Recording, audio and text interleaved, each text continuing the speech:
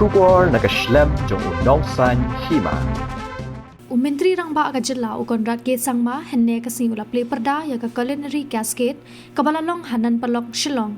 Kania ka Tamasa ka de kumshi benta wan ra ya ka Jingbam Tynrai ka ban Pynim ya ka Kolshor bar ka Jingbam barius pa jong ka Jylla Meghalaya kapin i ya ka Jingpher jong ki Jingbam Tynrai.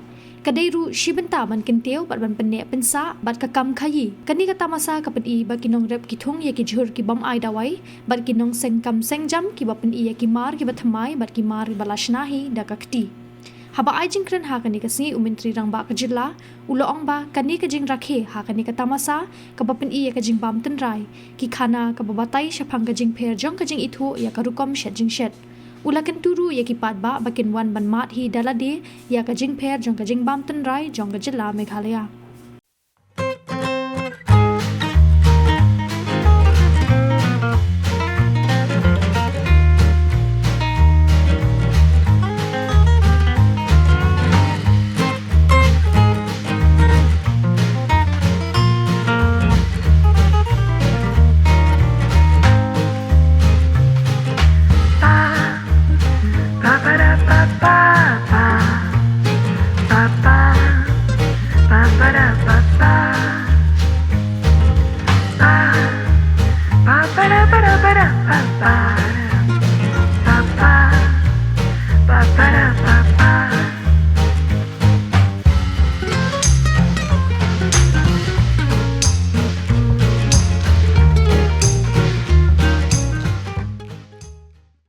Nice to be able to identify those, whether it's in terms of the hygiene that we maintain out there, or it could be in terms of the kind of storytelling that we're talking about, that if we have a story behind the food or behind the item, it just makes it just more tastier and more interesting and, more lively.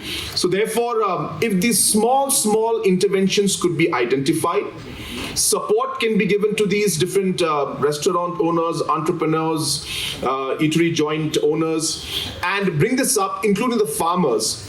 I think this will be very, very important in the coming days so that we're able to then really create value out of programs like these. So therefore, let this be a beginning to the future programs where you're able to upgrade, for the lack of words, upgrade the existing systems that are there, and as I said, create more value. In terms of Wards Lake, I'm happy to inform all of you that we are finally at the point where we have finalized the design and upgradation of Wards Lake. We had some issues. Wards Lake is owned by, I'm giving you administrative problems, but just sharing with you the challenges we face. Is a property owned by the tourism department but managed by the forest department, and forest department has rules that are then bound by the national forest rules. So even if you want to put one tree, we have to take permission. If you want to put one bathroom, we have to take permission. These challenges took us some time. We have overcome those challenges now, and I'm happy to inform you that the process of renovating and upgrading Wards Lake as a venue is on the cards, and it will be a very beautiful renovation that will be done, including creating a walking space all the way from Shillong Club Junction, the DC office junction. A side walk will be created which will travel all the way up to the botanical garden and maybe even beyond on the other side. Parking lots are being created. Shops will be there on top so that more people can get opportunities. Restaurants, shops can be opened. We are trying to build up the space here, beautify it. So in the initial stage, about 25 crores has already been sanctioned. We'll be having a beautiful laser show out here on the water. So the waterfront, the springs will come up, fountains will come up, and the laser will light up and depict the story of our culture, food, and different traditional aspects of it. So these are on the cards. I'm just sharing with you because we are at Wards Lake, but that's what's happening. And as I said, from the larger perspective, which is when I started my speech, that we are realizing that at the end of the day, tourism is not just about an event that takes place. It's really an ecosystem which we need to create.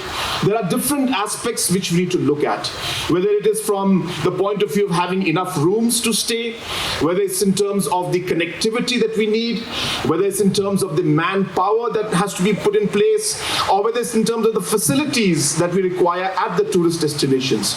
All of this requires a full plan, and that is how we are working on. You're aware that more than 1,000 crores worth of tourism projects in terms of infrastructure creation are being done.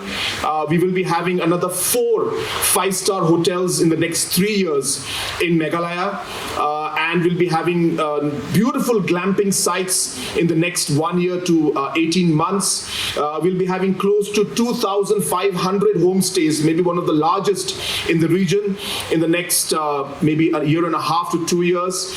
And most importantly, we'll be having direct flights coming into Umroi Shillong Airport from Delhi, Mumbai, Hyderabad, so that connectivity is no longer an issue, which means the commercial flights of Spice, Indigo, Air India, you name it, those flights will land because the extension of the runway has been approved, different permissions have been taken, and that particular conference is going into details about the traditional knowledge that we have, whether it is in terms of the medicines, whether it's in terms of the different engineering aspects, whether it's in terms of governance, our traditional governance systems, whether it's in terms of the food that we have, and music, and so on and so forth.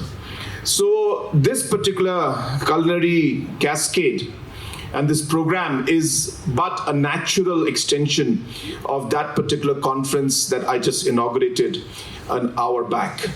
And therefore, you're getting a sense of what we are trying to do out here. A lot of people feel that we have these different programs, and they are all kind of, one particular event, and that's all it is. But one has to understand that there is a much larger blueprint and a much larger plan and a project, and the entire process, different activities are taking place at different levels, but ultimately leading to the same goals that we have at the larger state level, and of course at the level of the nation. And therefore I was very happy to hear Kong Lalu when she spoke. And very nicely she has been able to address the entire objective of how this program, ultimately will turn out to be. A lot of people feel that it's like a food festival, but it's far more beyond that. It's really, as mentioned by her, it's about the culture, the deep roots that we have, the different knowledge that our forefathers had, which has been passed on through our food habits and the food culture that we have, which is what we are promoting today.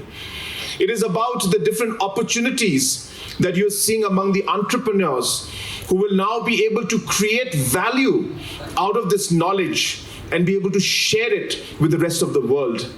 It's about even the social media enthusiasts that we have, who will be able to now get an opportunity to really push this through their channels, through their handles for the rest of the world, again creating opportunities for them.